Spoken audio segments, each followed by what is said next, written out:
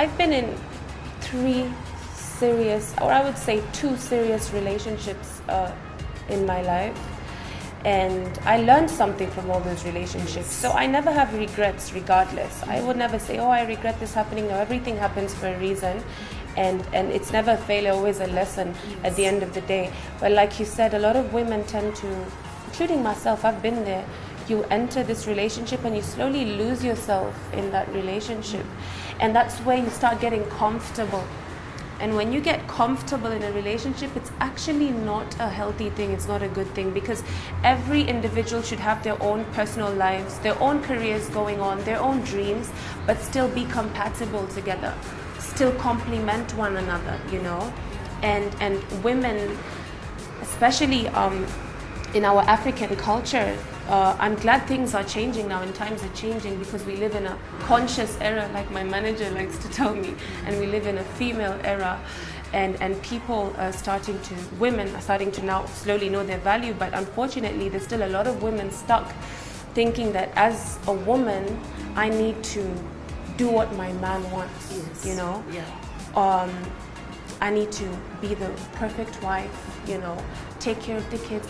That's what every woman should do. Submit, you know. Yeah. I like that you mentioned submit, you know. But if you really look at it from a logical perspective and not an emotional perspective, that can end up being really toxic. It can be abuse. Yeah, it ends up being abuse. It can be abuse. And you know, for you, because you are also in a relationship with Diamond, who's I guess, you know, a really big star, you know.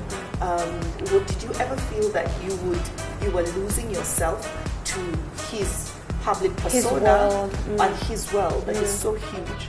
And did you have to keep reminding yourself, this is TANASHA, this is what TANASHA wants, this is what TANASHA feels, beyond the huge, you know, public person that he is.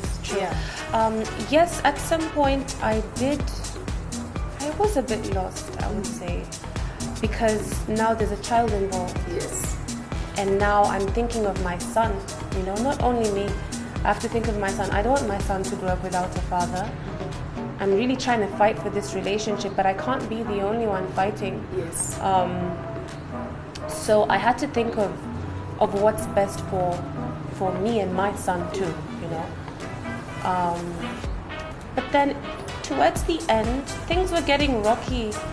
Things got rocky for a while now. I would say 6 months, but we were still trying to see how we can make it work.